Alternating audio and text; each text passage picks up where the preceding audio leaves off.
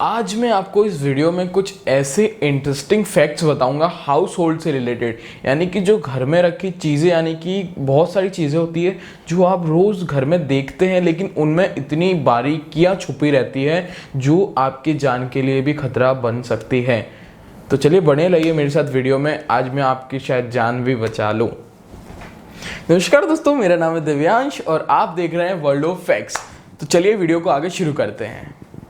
Fact number 7, जैसा कि आप सभी लोग जानते होंगे कि चाइना जो है वो डेवलप्ड कंट्री है, यानी कि जो बिल्कुल विकसित हो चुकी है, और इंडिया जो है डेवलपिंग कंट्री में आता है जो कि विकसित हो रही है। तो आपको ये भी पता होगा कि जैसे कि हमारे इंडिया में व्हाट्सएप, फेसबुक, इंस्टाग्राम जो ऐप्स मतलब पूरी दुनिया में मोस्ट ऑफ यूज़ होता है, यूट्यूब, तो चाइना उन चीज़ों का बॉयकॉट करता है, यानी कि वो चीज़ें यूज़ करता ही नहीं है जो आउटर डोर होते हैं। इसीलिए बहुत ज़्यादा ये मतलब चाइना है ना इम्प्रूव हो रही है, इंटरनल टेक्नोलॉजी लगा लगा के खुद का पैसा खुद में ही रख रहे हैं। तो सीधी सी बात है, इकोनॉमी ग्रो होएगी तो वैसे ही ये कर रहे हैं। तो आपको पता है चाइना के अंदर अगर व्यापार करना है आपको, तो उसके कुछ रूल्स होते हैं कि जो अपन व्यापार करना चाहते हैं वो पहले हमें उनको ट्रांसफ़र करना पड़ता है।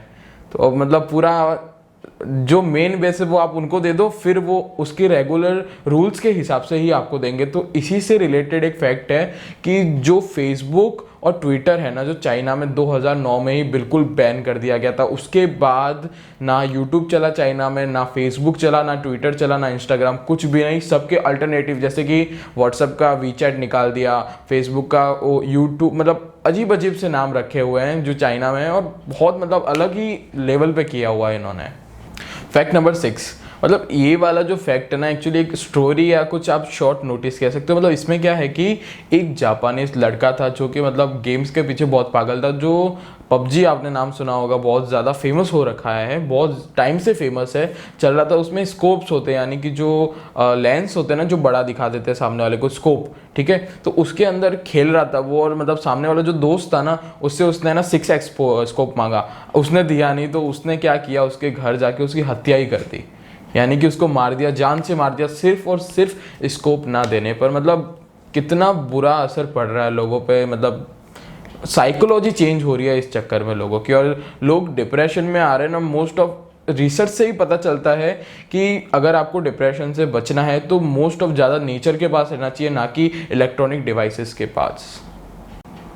फैक्ट नंबर 5, MIT और हार्वर्ड यूनिवर्सिटी है ना, उनके रिसर्चर्स ने मतलब जो खोज करती है ना टीम, उनकी बात कर रहा हूँ, उन्होंने एक ऐसा स्मार्ट टैटू निकाला है जो भी आप पिक में देख रहे हैं। पूरी मतलब देखना आप, दोनों तरफ अलग अलग है। तो इस स्मार्ट टैटू को अगर आप बनवा देते हो अपने हाथ पे, यानी कि डिजिटली बनेगा, कोई वैसे तो बनना नहीं है। तो इस टैटू की जो इंक है ना बहुत ज़्यादा सही है, मतलब स्मार्ट है। जैसे कि आपकी बॉडी में अगर डिहाइड्रेशन हो जाता है या फिर शुगर लेवल लो हो जाता है, हाई हो जाता है, तो टैटू से ही पता चल जाएगा। देखो एक में है ना कि एक ब्लू लाइन नहीं होगी, वो इसीलिए नहीं है कि उसके अंदर हाइड्रेशन लेवल यानी कि पानी की कमी हो रखी है उस बॉडी में।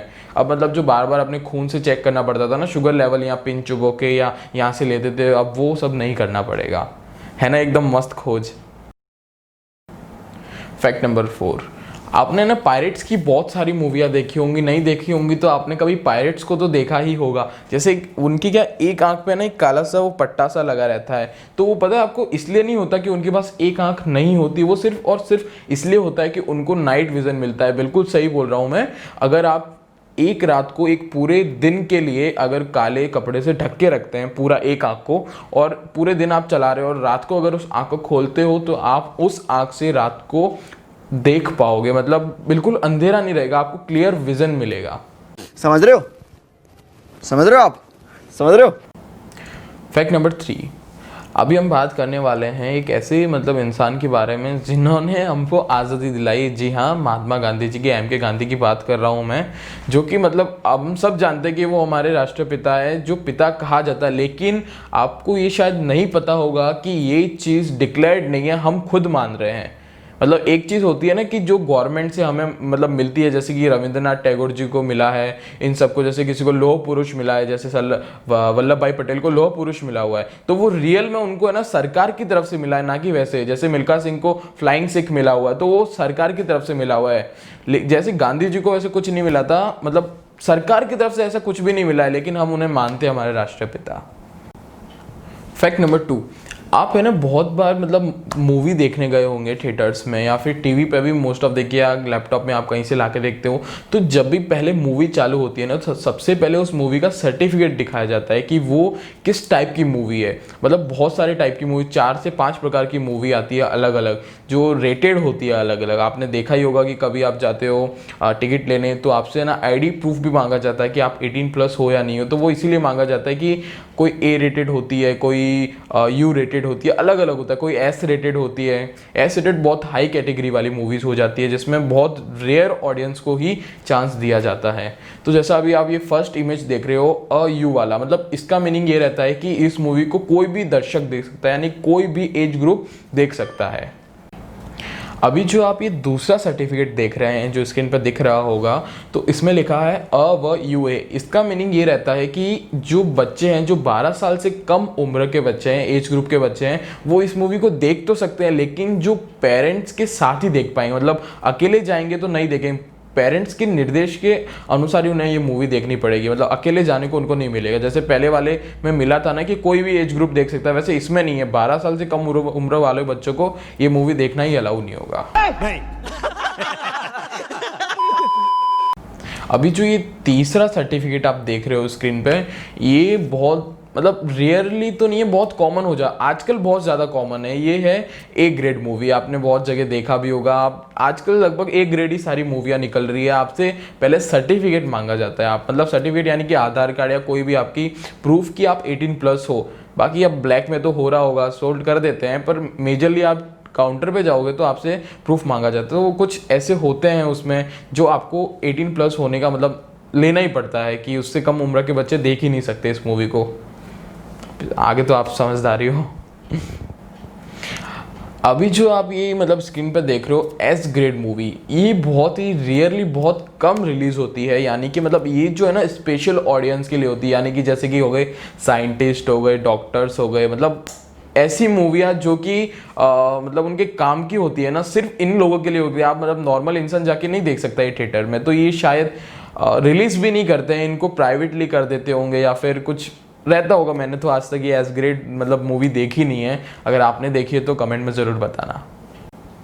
फैक्ट नंबर 1 से पहले अगर आपने हमारा चैनल सब्सक्राइब नहीं किया है तो जल्दी से सब्सक्राइब कर दीजिए और इस वीडियो को एक बड़ा सा थम्स अप दीजिएगा अगर आपको ये वीडियो अच्छी लगे तो, और अगर नहीं लगे तो डिसलाइक कर दीजिएगा, कोई प्रॉब्लम नहीं है। लेकिन कमेंट में ज़रूर बताना कि आपको इस वीडियो में क्या अच्छा नहीं लगा है। तो बढ़ते हैं हमारे फैक्ट नंबर 1।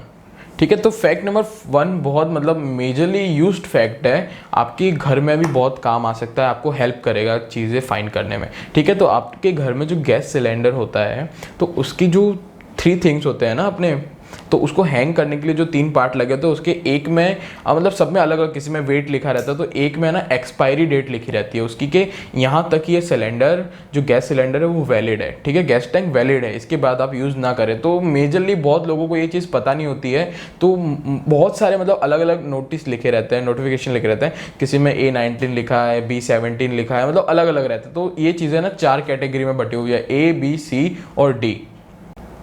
A इंडिकेट करता है जैसे जनवरी से मार्च, A इंडिकेट करता है, B इंडिकेट करता है अप्रैल से जून, C इंडिकेट करता है जुलाई से सितंबर और D करता है अक्टूबर से दिसंबर। तो जैसे मान लो एग्जांपल ले लो, अपने पास है A19, समझ रहे हो, A19 दिया हुआ है तो उसके अंदर है ना जनवरी से मार्च के बीच में, यानी कि 19वां साल, जैसे 2019 हो गया, 2020 हो गया, तो वैसे 19वां साल और A यानी कि जनवरी से मार्च के बीच का महीना, ये होती है इसकी एक्सपायरी डेट।